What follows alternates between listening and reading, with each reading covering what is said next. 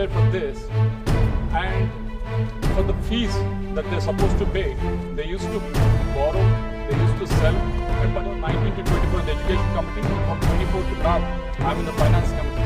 In the education committee, when I was there was a this coaching and talking with entrance examination. I don't want to just limit myself only this. Students prepare very well, appear for this exam, but if you've seen in the last 3 years, the percentage has been at the cutoff percentage that they revised last year. 2029 was 0%. So if you get a 0 also, so why they're not getting certain is their parent generation have done very well. They're very worried about what their future will be, whether they would have taken an entrance examination. If they haven't taken the entrance examination, at least they must have prepared their children to take up the entrance examination at some point of time. So coming to me, I also have taken it, but I have a different perspective, different bird's eye view on this whole entrance examination coaching system. My father was a teacher, so I could see thousands of students coming all the way to get tutored by him. Faraway places, almost 800, 900 kilometers they used to come. The students used to come and sit with him and study and prepare for these entrance examinations. So when they were preparing, I could see the number of hours they used to study, the number of hours they used to put, number of times they used to burn the midnight oil. Almost 16 to 17 hours they used to spend every day on preparing for this entrance examination, sir. And also, I used to observe the parents. Parents, they used to bring those kids to study and prepare for this, and for the fees that they're supposed to pay, they used to borrow, they used to sell, but they wanted to make sure that that their children get the best possible education available. The reason being, sir, the parent always believed, and the student also always believed, that only through education that their family situation can change. That is with that belief that they have invested so much into the children's education, sir. And on top of that, if you have seen in most of the entrance examinations and NEET also, if you have seen, they prepare for years together to appear for this one exam that happens once a year.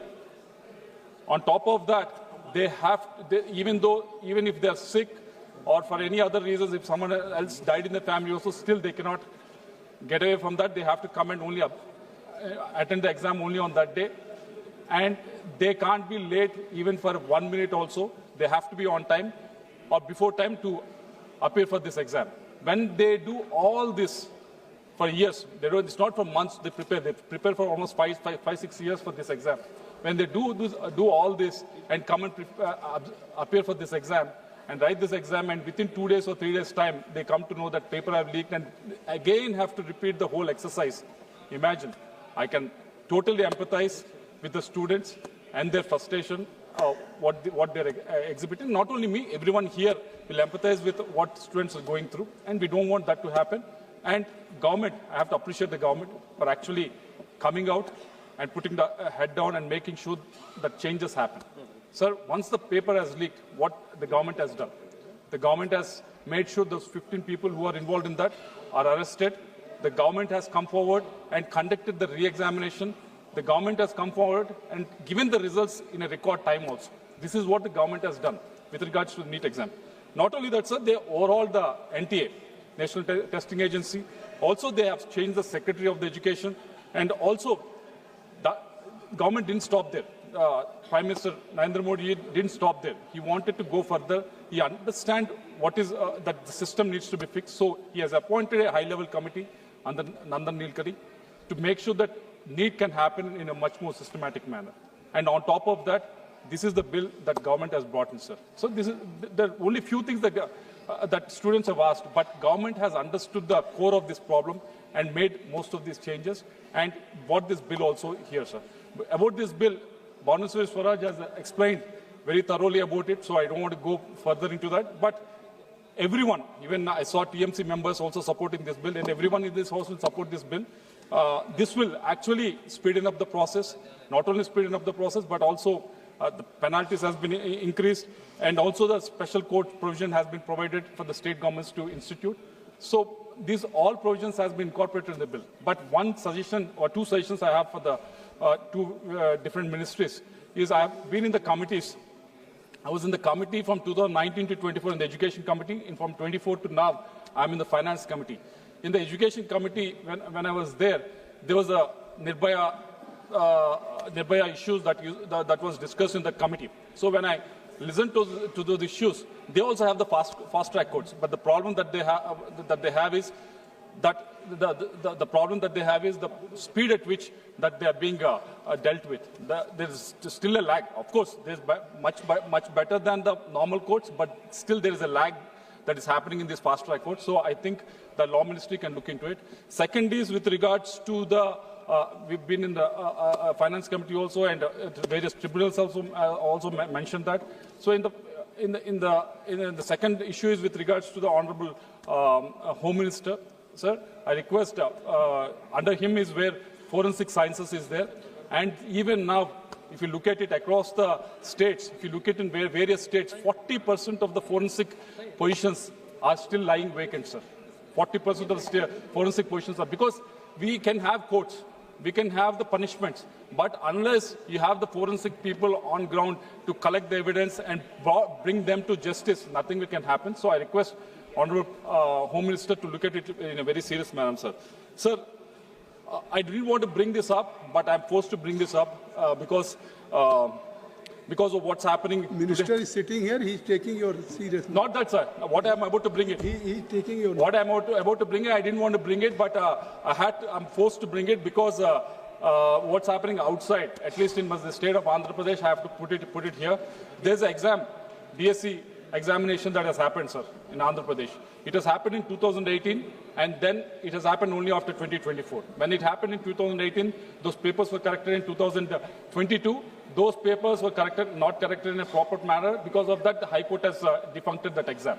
But in 2024, after the NDA government has formed, our Education Minister conducted this DSC examination. Honourable Minister, Lavu is giving very concrete suggestions.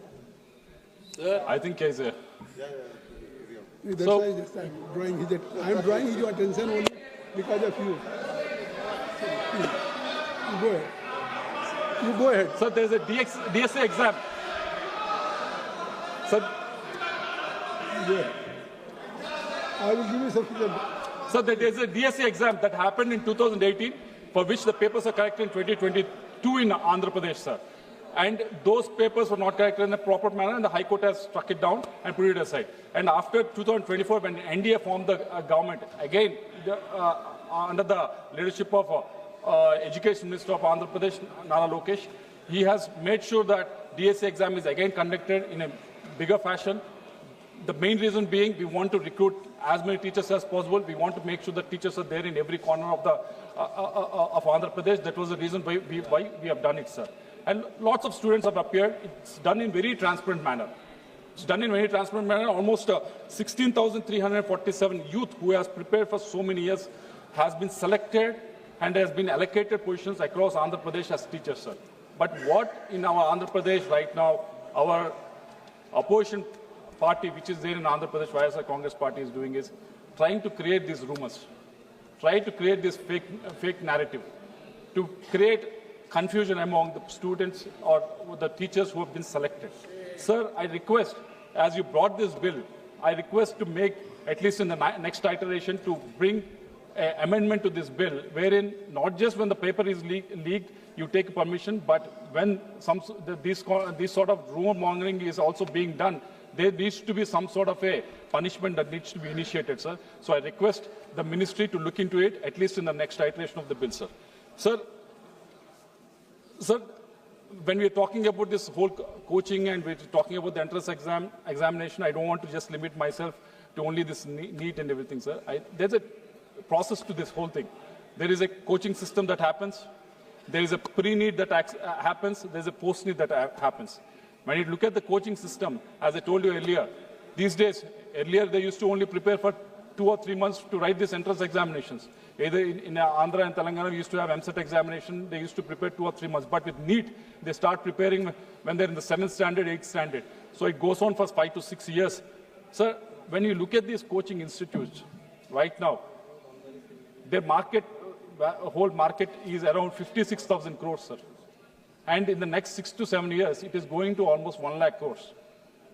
This is the, and Suresh Gopiji is here. There's one company from Kerala also. Kindly address to the if you chair. remember. Lavu. Byju's, if you remember. Lavu. Yeah, how much it has created. Sri How much Krishna. noise it has created. What it has preyed on. It has preyed on the aspirations of the people. It has preyed on the dreams of the students sir. So what I request is, education is in this country, education is a not-for-profit.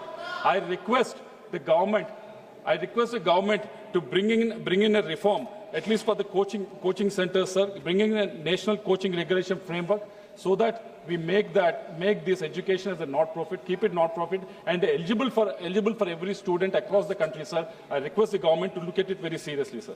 The second reform I suggest in a whole, sir, with regards to the pre-NEET reforms. Pre-examination. Right now what is happening is, this NTA is the one which conducts the exam, but it outsources the exam to either TCS or any other agency, sir. There are n number of, it need not be done because there are almost 1,900 schools, either JNVs or KVs that are available in this country. Those can actually do this exam. All it needs is that computer infrastructure. It's already there. All it needs is a better broadband, better computer infrastructure. Definitely this can be done. For every exam, each student is, for NTA is paying for each student almost 1,000 rupees. There's not just NEET, JEE it does, UGC NET it does. It's various examinations it does across the year. So I request the government to, as it is looking holistically, it's not just doing 1 or 2 changes, make this change, make these exams happen in these JNVs and KVs, sir. And second request and second reform I'm asking from you is, sir, to establish decentralized question setting panels and also a national question bank, sir. As Dhanindra Maran ji has said, he has just touched upon that, but he has not gone deep into that when he spoke about the state syllabus and everything. Sir, 80% of the students who appear for these entrance examinations are state syllabus students. So for them, only the syllabus, if the questions coming from the central syllabus and the question paper is set by the teachers from the central syllabus, it's not a fair manner in which the question paper is being set. You can get the questions from the state syllabus teachers also, create a national question bank and keep it going that way so that they are also given a fair chance, sir. And the third suggestion with regards to, you want to ban everything in Tamil Nadu. That is the reason why we are getting all the industry from Tamil Nadu to Andhra Pradesh. Keep doing that. Thank you.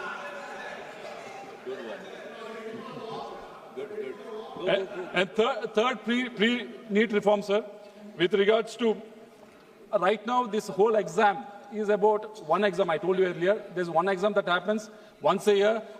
You're sick, if someone dies in your house also, you have to go and appear for that exam. It need not be that way. You can change the whole pattern. You can change it.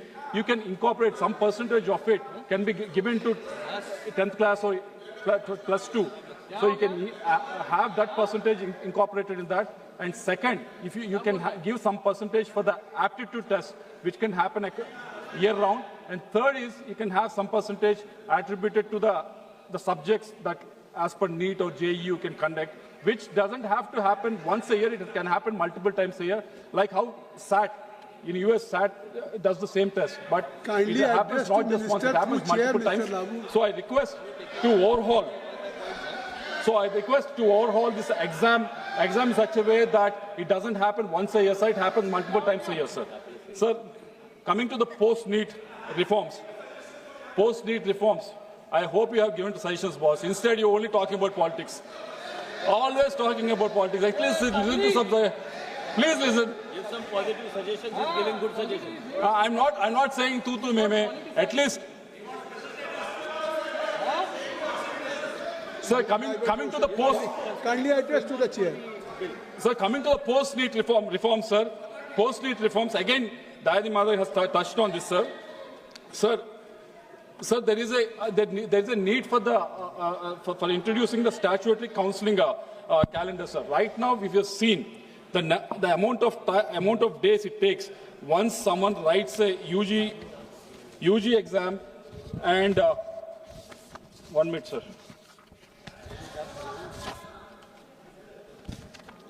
So once someone writes a NEET UG, sir, in 2021. The day the result came out, by the time the counselling came about, it took almost 79 days, sir. Yes, it has come down in the last 2 years, sir, but it needs to be speeded up, sir. Again, with the NEET PG also. For example, in NEET PG in 2022, from the day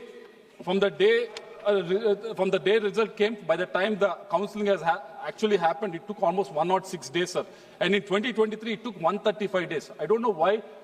You know, when we have such a huge mechanism, I don't know why it's taking so much time. When student has prepared himself, written the exam, result has come out, and the counseling doesn't start, it doesn't other well, sir.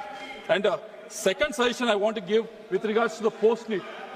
With regards to the post-NEET is with regards to the, as is already mentioned, with regards to the NEET PG. The students prepare very well, appear for this exam, but if you've seen in the last 3 years, the percentile has been cut, the cutoff percentage has been revised in last 3 years. So in 2023, it was 0%. So if you get a 0 also, you'll get a seat. In 2024, the percentage has been brought down to 10 marks. In 2025, it has brought down to even, for OBC it is 0%, sir. For others, it was brought to 5 marks. Even after doing all this, in 2025, 18,000 PG seats were left behind, sir. In 2024, in 2023, again, 8,000 seats were left. So I think we need some sort of a reform. When students are there, students are preparing well, this seats needs to be filled, sir. So these are the reforms. Suggestions. Increase, but they need to be filled. I'm not. It's a good thing that. It's a good thing that. Now, kindly conclude. No, sir. Last conclusion, sir. Last conclusion, sir. Please kindly conclude. Conclusion, sir. There's the seats have increased, the colleges have increased. I appreciate the government for getting new medical colleges. Even in my constituency, I had a central government medical college that has come about. Thanks for the leadership of Prime Minister Modi. I'm not denying that, sir. But seats which are there that are given should be filled, sir. That is my only request, sir. Sir, last 2 minutes, sir. I want to conclude it, sir. Sir, last 2 minutes, sir. I'm the only speaker. Already you have given your time. Whatever time has been allocated for you. Last 2 minutes, sir. There is a feeling that the student protest has happened, and this is something that has happened in India only. That is the feeling that is there. But there's these sort of protests happening not just in India, sir. It's a global phenomenon. Even in US, it is happening, sir. Even in UK, even in China, it is happening, but it's not being delivered. But the reason why it is happening, that reason why it is not happening was because they feel they're feeling that they're not certain about the future. The reason that is not is happening is because they're not feeling relevant, sir. So why they're not feeling certain is their parent generation have done very well. They're very worried about what the future will be, whether they can do as better as their parents. And second one is with regards to relevance, sir. They feel that with the new advent of technologies and everything, how relevant they will be in the society that is coming about, sir. So I don't think we should be startled with just this protest. This is a phenomenon that's happening across the globe. What government is doing is a phenomenal job. They listen to the students and they moved all these changes. And definitely we'll have a ear to the ground and make these changes. Sir, we'll support this bill. Thank you very much.